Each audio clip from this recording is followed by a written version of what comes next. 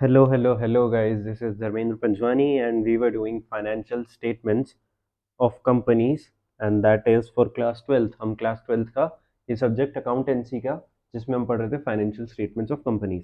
अब तक के हमारे लेक्चर में हमने ये पढ़ा है कि फाइनेंशियल स्टेटमेंट्स कैसी दिखती हैं, उनमें शुरू में क्या चीज़ आती है हमारे उसमें शुरू में आती है सबसे पहले इक्विटी एंड लायबिलिटीज़, और उसके बाद अब हम स्टार्ट करने वाले हैं विद असेट्स। ठीक है, अब हम क्या स्टार्ट करने वाले हैं विथ असेट्स। मैं एक बार इसको ड्रॉ कर लेता हूँ और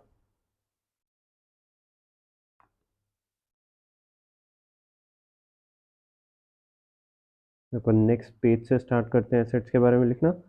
यू कैन अज्यूम कि हाँ 50% अब ये खत्म हो गया balance sheet, 50% which is assets अभी बाकी है। ठीक है, आ जाओ, यहाँ मैं लिख लेता हूँ असेट्स।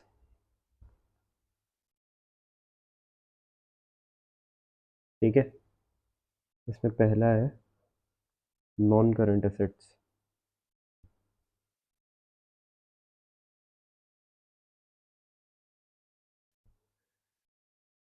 कैसे हमने लिखा ना, नॉन करंट असेट्स। ठीक है, पहला क्या है, नॉन करंट असेट्स। आपको आइडिया हो गई नॉन करंट असेट्स क्या होता है। आओ इसके अंदर के आइटम्स को उतारते हैं। सबसे पहले आता है प्रॉपर्टी,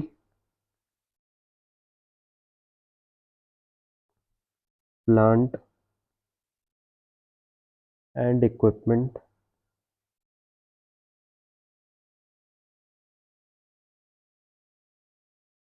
ठीक है, एंड इसके साथ और क्या लिखेंगे हम, इंटेंजिबल एसेट्स।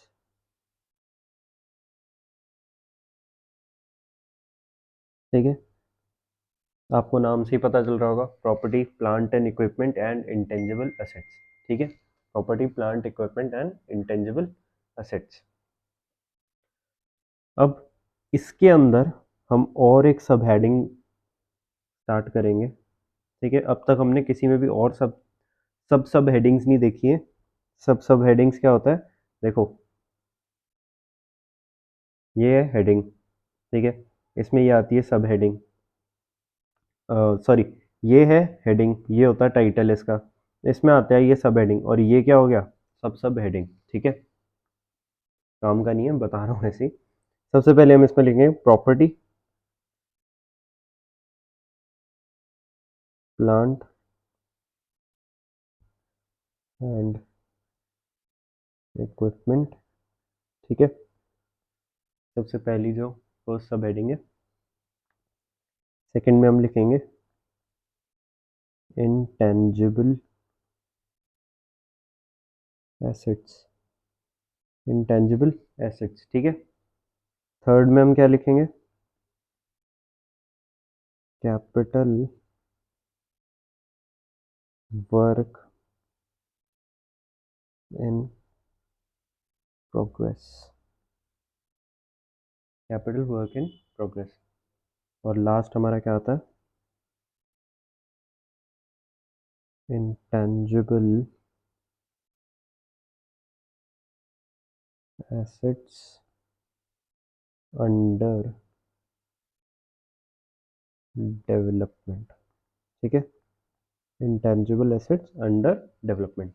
आ जाओ, अब इनके बारे में अपन पढ़ लेते हैं।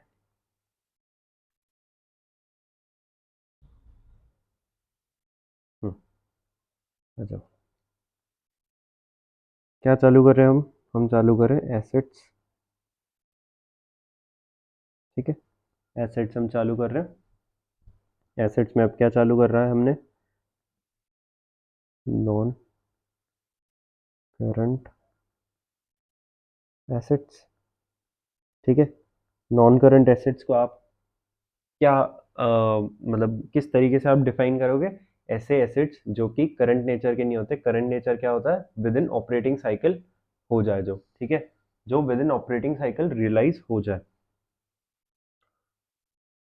इसके अंदर हमने क्या पढ़ा था, पढ़ा था property, plant and equipment and intangible assets. ठीक है, देखो पहले जो बैलेंस शीट बनती थी उसमें दो तरीके से डिवाइड हम करते थे एसेट्स को, खासकर नॉन करंट एसेट्स को। ठीक है, किसमें, देखो पहले जो बनता था वो कैसे बनता था, पहले आता था फिक्स्ड एसेट्स, फिक्स्ड में भी टेंजिबल और इंटेंजिबल होता था। ठीक है, नाउ फिक्स्ड एसेट्स क्या होता था, fixed assets non current assets ही होते थे। ठीक है, इंटेंजिबल में ऐसे एसेट्स आ जाते थे जो दिखते नहीं थे, और टेंजिबल में ऐसे आ जाते थे जो दिख जाते थे, जैसे कि ये बिल्डिंग हो गई, ठीक है, या कोई मशीनरी हो गई। ठीक है, ये आते थे। और इसके अलावा करंट वाले हम लिखते थे एसेट्स में अलग से। ठीक है, अब उसको हटा के क्या कर दिया है, टेंजिबल को हटा के और फिक्स्ड को हटा के रिप्लेस कर दिया है property plant and equipment name से। ठीक है, आ जाओ अब इसके अंदर का अपन पढ़ते हैं।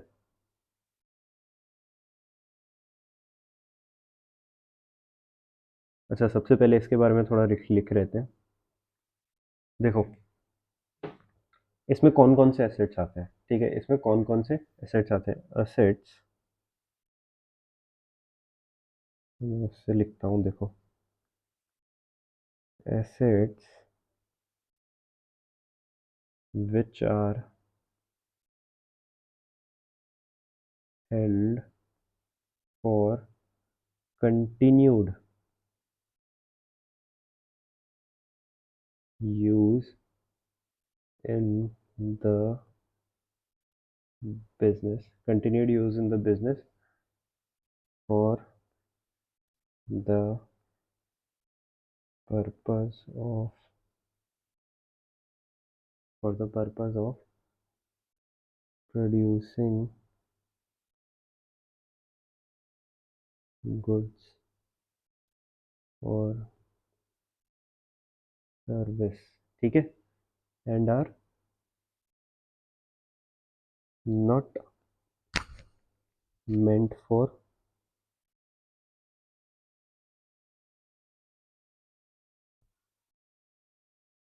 ठीक है, देखो क्या कहना चाह रहा है ये कहना चाह रहा है कि ऐसे एसेट्स जो कि रख रखे हैं एक बिजनेसमैन ने, एक बिजनेस करने वाले ने क्यों रख रखे हैं, ताकि वो अ, ताकि वो एसेट उसको हेल्प कर सके through out continuing use of business, business करने में उसको हेल्प कर सके। ठीक है, बिजनेस करने में उसको हेल्प कर सके, या तो गुड्स प्रोड्यूस करने में उसको हेल्प कर सके, या फिर कोई सर्विस प्रोवाइड करने के लिए उसे हेल्प कर सके। ठीक है, और वो चीज सेल पे नहीं होनी चाहिए, वो सिर्फ बिजनेस के यूज में आनी चाहिए, वो बिजनेसमैन सेल नहीं कर रहा हो। एग्जाम्पल क्या क्या क्या ले सकते हैं हम, देखो आप कहीं पे भी जाते हो, आप मान लो आप डीमार्ट गए सामान खरीदने। ठीक है, आप डीमार्ट गए सामान खरीदने, ना डीमार्ट में बहुत सारी चीजें, ठीक है, आप डीमार्ट में क्या देख रहे हो कि अलग अलग प्रकार की चीजें पड़ी हैं, दालें पड़ी हैं, मैगी मैगी मिल जाएगी आपको, ये सब क्या है, ये सब डीमार्ट की इन्वेंट्री है। ये क्या है, ये वो सेल करेगी, डीमार्ट सेल करेगा। ठीक है, बट क्या वहां पे जो कैशियर बैठे हैं उनके पास जो कंप्यूटर लगा हुआ है, क्या वो कंप्यूटर सेल करेंगे, है तो वो भी ऐसे डीमार्ट के लिए, पर क्या वो कंप्यूटर सेल कर रहे हैं, नहीं। और क्या कंप्यूटर एक साल के अंदर खराब हो जाता है या फिर हम बेच देते हैं, नहीं, जनरली तो नहीं होता ऐसा। तो ऐसी कोई चीज जो कि कंटिन्यूइंग यूज में आ रहा है बिजनेस करने के, जो कि हम कह सकते हैं इस एग्जांपल में कंप्यूटर, कंप्यूटर यूज में आ रहा है, किसके, डीमार्ट के यूज में आ रहा है बिजनेस करने के लिए, तो वो क्या है, वो क्या है, प्रॉपर्टी प्लांट एंड इक्विपमेंट का पार्ट बन जाएगा कंप्यूटर। ठीक है, इसी सेम एग्जांपल में आप देख लो बिल्डिंग, जिस बिल्डिंग में डीमार्ट चल रहा है, जिस बिल्डिंग में डीमार्ट का काम हो रहा है सारा, वो क्या है, यूज में आ रहा है, कैसे यूज में आ रहा है, बिजनेस करने के यूज में आ रहा है, गुड्स को सेल करने के यूज में आ रहा है। ठीक है, तो वो क्या हो जाएगा, हमारा प्रॉपर्टी प्लांट एंड इक्विपमेंट का पार्ट हो जाएगा। ठीक है, आ जाओ फर्स्ट चीज अपन इसमें लिखते हैं, प्रॉपर्टी प्लांट एंड इक्विपमेंट। ठीक है, नाउ डेफिनेशन लगभग सेम है, अब हम इसमें लिखेंगे कि आएगा क्या है इसमें, ठीक है, क्लासिफिकेशन किस तरीके से होगा। सबसे पहले तो हम इसमें टेंजिबल की डेफिनेशन लिख देंगे, एसेट्स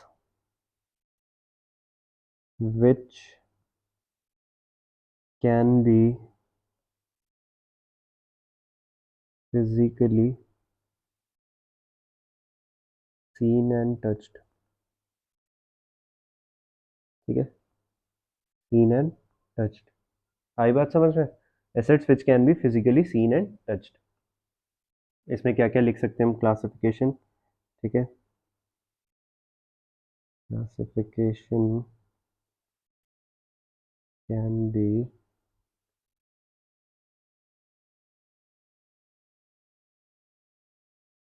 लैंड हो सकती है वो, ठीक है, बिल्डिंग्स हो सकती हैं, मशीनरी हो सकती है, ठीक है, फर्नीचर एंड फिक्सचर्स। फिक्सचर्स मतलब फर्नीचर के साथ साथ जो चीज़ें यूज़ होती है, जैसे कांच यूज़ होता है फर्नीचर के लिए, ऐसे मतलब फर्नीचर ही मान लो आप, बस उसकी सपोर्टिंग चीज़ें। कंप्यूटर्स, देखो कंप्यूटर्स की अभी हमने बात की थी, है ना। व्हीकल्स,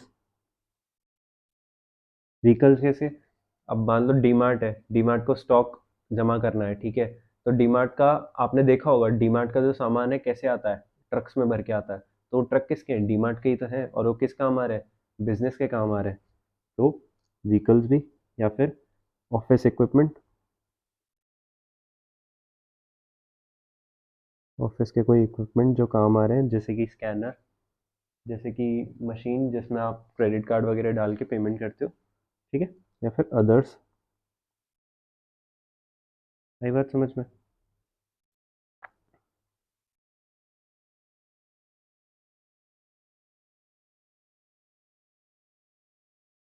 ठीक है, यहाँ मतलब हमारा ये होता है property plant and equipment complete.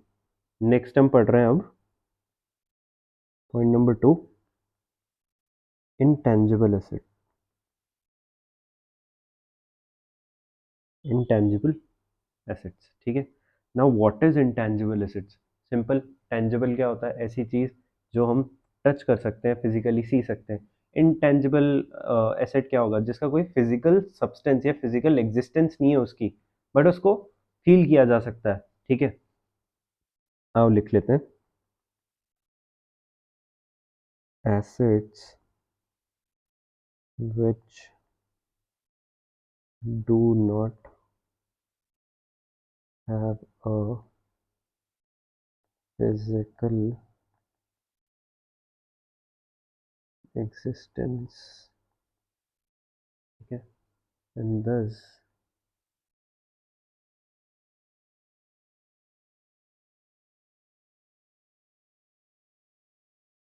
cannot be seen or touched, ठीक है। ऐसे एसेट जिनका कोई फिजिकल एग्जिस्टेंस नहीं है और उसे टच और देखा नहीं जा सकता। आई बात समझ में? कौन कौन से होते हैं वो? गुडविल, ठीक है, गुडविल, आई थिंक आपको पता हो गुडविल क्या होता है। मैं आपको बेसिकली एग्जांपल देके बता देता हूँ। दो दुकानें, ठीक है, एक दोनों दुकानें किसकी, मिठाई की दुकान है, ठीक है। एक है खंडेलवाल स्वीट्स, ठीक है, और एक है ABC स्वीट्स, ठीक है। अब खंडेलवाल स्वीट्स के पास बहुत भीड़ आती है, बहुत भीड़ आती है, ठीक है। भीड़ मतलब बहुत ज़्यादा, दोनों की सेल में रात दिन का डिफरेंस है, इसकी सेल होती है 10 लाख और इसकी सेल होती है 1 लाख, ठीक है। अब देखो, ऑल दो दोनों की इस दुकान का साइज सेम है, दोनों के पास जो इन्वेंट्री और सामान पड़ा है वो सेम है, पर सेल ज्यादा किसकी हो रही है, खंडेलवाल की, ठीक है, खंडेलवाल की सेल ज्यादा हो रही है। अब आपको खरीदना है एक बिजनेस, आप ABC स्वीट्स के पास जाओगे और ABC स्वीट्स बोलेगा कि मैं आपको बिजनेस बेच सकता हूँ कितने में, मैं आपको बिजनेस बेच सकता हूँ, मान लो 20 लाख में मेरा पूरा बिजनेस खरीद लो आप, ठीक है। वहीं आप खंडेलवाल स्वीट्स के पास जाओगे तो वो बोलेगा नहीं, मैं आपको बिजनेस भेजूंगा 30 लाख में। ऑल्दो सारी सारी चीजें सेम है, सारी चीजें सेम है, अंदर कंप्यूटर फर्नीचर फिक्सचर सेम है, हर एक चीज सेम है दोनों में। बट खंडेलवाल स्वीट्स ज्यादा पैसे मांग रहा है, ज्यादा पैसे मांग रहा है अपना बिजनेस सेल करने के लिए। ठीक है, तो ये जो एक्स्ट्रा पैसे खंडेलवाल स्वीट्स मांग रहा है, एक्स्ट्रा कितना मांग रहा है, 10 लाख मांग रहा है, तो ये क्या है, गुडविल। गुडविल मतलब आप तोड़ के ही देख लो वर्ड को, गुडविल मतलब अच्छी इमेज जो बना रखी है खंडेलवाल ने, खंडेलवाल स्वीट्स ने जो अच्छी इमेज बना रखी है, जिसके वजह से उनके पास क्या आ रहा है, कस्टमर्स ज्यादा आ रहे हैं, और जिसकी वजह से उनका क्या हो रहा है, सेल ज्यादा हो रही है। ठीक है, आ जाओ। नेक्स्ट क्या है, ब्रांड्स और ट्रेडमार्क्स।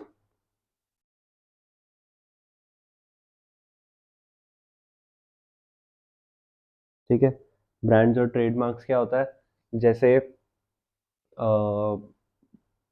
ब्रांड और ट्रेडमार्क में क्या एग्जांपल दूं, जैसे एप्पल हो गया। ठीक है, कोई भी एप्पल का प्रोडक्ट होता है। ठीक है, उसमें आप एप्पल का एक लोगो देखते हो। ठीक है, आप उसमें लोगो देखते हो। ठीक है, वो क्या है, वो लोगो वैल्यू बढ़ाता है किसकी, पूरे प्रोडक्ट की। हो सकता है कि प्रोडक्ट इतना खास भी ना हो। ठीक है, बट लोग एप्पल को खरीदने क्यों जाते हैं, क्योंकि वो एप्पल है। तो इट्स क्या है, ब्रांड नेम से प्रमोट होती है कोई चीज़, तो वो ब्रांड नेम की वजह से जब वैल्यू बढ़ जाती है तो उसको हम क्या कहते हैं, ब्रांड्स या फिर ट्रेडमार्क्स की तरह हम उसे दिखाते हैं हमारे इंटेंजिबल एसेट्स में। ठीक है, और computer software and mining rights. ठीक है, कंप्यूटर सॉफ्टवेयर आपको पता है, कंप्यूटर सॉफ्टवेयर हम उसको टच नहीं कर सकते। ठीक है, हम उसको टच नहीं कर सकते, बट वो क्या एग्जिस्ट करता है हमारे कंप्यूटर्स में। जैसे मान लो अकाउंटिंग का कोई सॉफ्टवेयर है, वो भी क्या हमारे लिए एक एसेट है, हमने खरीदा हुआ है बिजनेस चलाने के लिए। ठीक है, तो वो किस में आता है, इंटेंजिबल एसेट्स में आता है। फिर आते हैं माइनिंग राइट्स, क्या होता है, ज़्यादा आपको जानने की ज़रूरत नहीं होती है।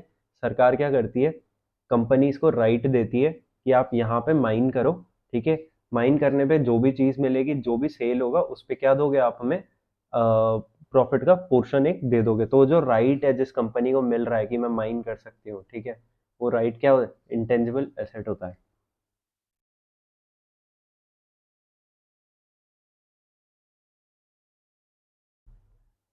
Publishing titles. ठीक है, पब्लिशिंग टाइटल्स आपका किसी काम का नहीं है, आपके उसमें है नहीं, आपके कोर्स में है नहीं पब्लिशिंग टाइटल्स के बारे में कुछ भी।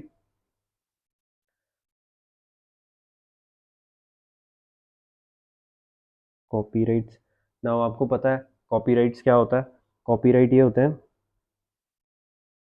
कॉपीराइट और साथ में मैं पेटेंट्स भी लिखना चाहूँगा। ठीक है, कॉपीराइट्स और पेटेंट्स भी लिखना चाहूँगा। कॉपीराइट और पेटेंट क्या होता है, किसी एक चीज़ पे खुद का हक बताना। ठीक है, किसी एक चीज़ पे खुद का हक बताना। जैसे कि मान लो इन्वेंशन की मैंने कोई इन्वेंशन की, मैंने ऐसा कोई प्रोडक्ट बनाया जो यूनिक है, जो यूनिक है।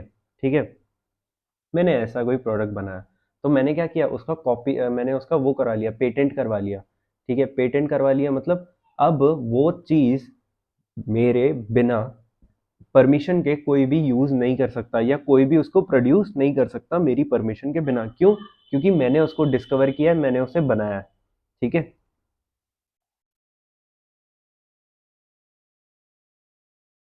उसके बाद आप लिख सकते हो लाइसेंस एंड फ्रेंचाइज। आप किसी की फ्रेंचाइजी लेते हो, आप किसी से लाइसेंस लेते हो कुछ काम करने के लिए। ठीक है, वो क्या होते हैं, इंटेंजिबल एसेट्स होते हैं, लाइसेंस एंड फ्रेंचाइज। और इसमें पब्लिशिंग टाइटल्स में आपको कुछ नहीं करना, सिर्फ आपको मैं बता रहा हूँ। ठीक है, या आपका 12th क्लास में कभी नहीं इन दोनों के बारे में पूछा जाएगा, कुछ भी नहीं पूछा जाएगा। बस आपको पता होना चाहिए कि ये कहाँ पे आता है, कहाँ पे क्लासिफाई होता है। ठीक है, it is classified as intangible assets. ठीक है, चलो, ये हमारा हो गया। उसके बाद हम लिखते हैं नेक्स्ट। 2 पॉइंट्स हो गए ना, आ जाओ थर्ड पे आते हैं। थर्ड पॉइंट हमारा क्या है, capital work in progress. Capital work in progress. Capital work in progress क्या होता है? सिंपल है सर, कोई भी ऐसा फिक्स्ड टेंजिबल एसेट, मान लो बिल्डिंग, अभी मैं क्या कर रहा हूँ, अभी डीपी लिमिटेड का ओनर हूँ मैं, ठीक है, और मैं एक रेंटेड हाउस में से अपने ऑपरेशन कर रहा हूँ, अपना गुड्स वगैरह बेच रहा हूँ, ठीक है, और मैं क्या कर रहा हूँ, यहाँ पे बैठ बैठ के अपने गुड्स वगैरह बेच रहा हूँ, बट मेरे को पता है कि यार मुझे बड़े जगह की रिक्वायरमेंट है, तो मैं क्या एक बिल्डिंग बनवा रहा हूँ। अब मैं वो बिल्डिंग बनवा रहा हूँ, ठीक है, ऑल दो उसको मैं देख सकता हूँ, फिजिकली सी कर सकता हूँ, और मुझे पता है कि वो बिल्डिंग क्या है, मेरे बिजनेस के काम आने वाली है, बट वो आ तो नहीं रही है ना, वो आ तो नहीं रही है, और वो क्या है, मेरा फिक्स्ड कैपिटल है, वो मेरा कैपिटल है, ठीक है, वो मेरा क्या है, कैपिटल है। तो उसको हम कैसे क्लासिफाई करेंगे? कैपिटल वर्क इन प्रोग्रेस, ठीक है। मान लो मैंने कंस्ट्रक्शन में 10 लाख रुपए लगा दिए, तो मैं 10 लाख रुपए उसे कैपिटल वर्क इन प्रोग्रेस में दिखाऊंगा। मान लो वो बिल्डिंग तैयार हो गई, ठीक है, मान लो वो बिल्डिंग तैयार हो गई, मान लो वो बिल्डिंग तैयार हो गई, ठीक है, वो बिल्डिंग तैयार होने के बाद वो उसकी वैल्यू कितनी हो गई? 12 लाख रुपए हो गई, ठीक है। तो 12 लाख रुपए की वैल्यू आने तक तो मैं किस में दिखाऊंगा? कैपिटल वर्क इन प्रोग्रेस में दिखाऊंगा। बट जैसे ही वो बिल्डिंग तैयार हो जाती है, जैसे ही मैं अपना सारा सामान समेटा लेके शिफ्ट हो जाता हूँ, मैं शिफ्ट हो जाता हूँ उस बिल्डिंग में, वैसे ही मैं क्या करूंगा, उस बिल्डिंग को किस में क्लासिफाई कर दूंगा? प्रॉपर्टी में क्लासिफाई कर दूंगा। यहाँ पे ये देखो, प्रॉपर्टी प्लांट इक्विपमेंट में, बिल्डिंग्स में क्लासिफाई कर दूंगा, और मैं कैपिटल वर्क इन प्रोग्रेस में से उसको हटा दूंगा, ठीक है। कैपिटल वर्क इन प्रोग्रेस में से उसको क्या करूंगा? हटा दूंगा। देखो,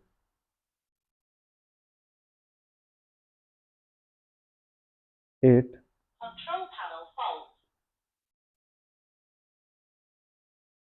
रेफर्स टू, बच्चों डोंट माइंड दिस साउंड, मेरे यहाँ पे लाइट चली गई है, इट्स माई सिस्टम जो साउंड करता है। To, it refers to fixed tangible assets, ठीक है, fixed tangible assets like, like नहीं, which are under construction, under construction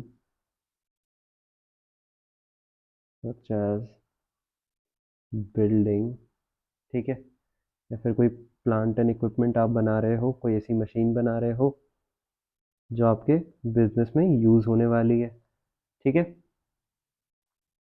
आ जाओ, इसका भी आपको अकाउंटिंग ट्रीटमेंट पता होने की कोई ज़रूरत नहीं है। लास्ट हमारा आता है इंटेंजिबल एसेट अंडर डेवलपमेंट, ठीक है, इंटेंजिबल एसेट्स अंडर डेवलपमेंट। अब इंटेंजिबल एसेट्स अंडर डेवलपमेंट भी कैपिटल वर्क इन प्रोग्रेस की तरह ही है। कैपिटल वर्क इन प्रोग्रेस में हम गुड्स के बारे में बताते हैं, हम सॉरी गुड्स के बारे में नहीं, हम फिक्स टेंजिबल एसेट्स के बारे में बताते हैं। But intangible assets under development क्या बताता है? असेट, ऐसा कोई एसेट जो आप डेवलप कर रहे हो जो इंटेंजिबल नेचर का हो, जो क्या हो? इंटेंजिबल नेचर का हो, ठीक है। फॉर एग्जाम्पल हम क्या कर रहे हैं, मैं एक मेडिकल इंडस्ट्री में हूँ, मेडिकल इंडस्ट्री मतलब फार्मेसी इंडस्ट्री में हूँ, सॉरी, फार्मेसी इंडस्ट्री में हूँ, और मैं एक ऐसी दवाई बना रहा हूँ, मैं एक ऐसी दवाई बना रहा हूँ जो कोरोना को एक ही झटके में खत्म कर सकती है, ठीक है, एक सेकंड में कोरोना को खत्म कर सकती है। मैं कोई ऐसी दवाई बना रहा हूँ, ठीक है। तो वो दवाई बनाने का जो प्रोसीजर है, बनाने में जो पैसे लग रहे हैं, और मुझे पता है वो दवाई बन जाएगी, ठीक है, बनाने में जो मेरे पैसे लग रहे हैं, अभी तक वो दवाई बनी हुई नहीं है, बट जो पैसे अब तक लग रहे हैं वो क्या है? वो मेरा किस में आ जाएगा? Patents under, sorry, intangible assets under development, ठीक है। बनने के बाद क्या हो जाएगा? दवाई का फॉर्मूला रेडी होने के बाद मैं उस फॉर्मूले को क्या करूंगा? पेटेंट करवा लूंगा। मैं उस फॉर्मूले का क्या करूंगा? पेटेंट करवा लूंगा। और यहां से यानी इंटेंजिबल एसेट्स अंडर डेवलपमेंट से उठा के उसको कहाँ क्लासीफाई कर दूंगा? इंटेंजिबल एसेट्स में, पेटेंट्स में क्लासीफाई कर दूंगा, ठीक है। आ जाओ लिख लेते हैं, सिंपल है बड़ा। refers to intangible assets refers to intangible assets like patents, ठीक है, like patents, intellectual property, ठीक है, intellectual property rights, etc., etc., which are being developed, which are being developed, ठीक है। यह हमारा खत्म होता है पूरा का पूरा नॉन करंट एसेट्स का पार्ट, जिसमें पहला आता है हमारा प्रॉपर्टी प्लांट इक्विपमेंट, फिर आता है इंटेंजिबल एसेट्स, उसके बाद आता है कैपिटल वर्क इन प्रोग्रेस, फिर आता है इंटेंजिबल एसेट्स अंडर डेवलपमेंट। हम नेक्स्ट लेक्चर में पढ़ने वाले हैं नॉन करंट इन्वेस्टमेंट्स के बारे में, ठीक है। नॉन करंट इन्वेस्टमेंट्स के बारे में हम नेक्स्ट लेक्चर में पढ़ने वाले हैं। Till then goodbye, take care.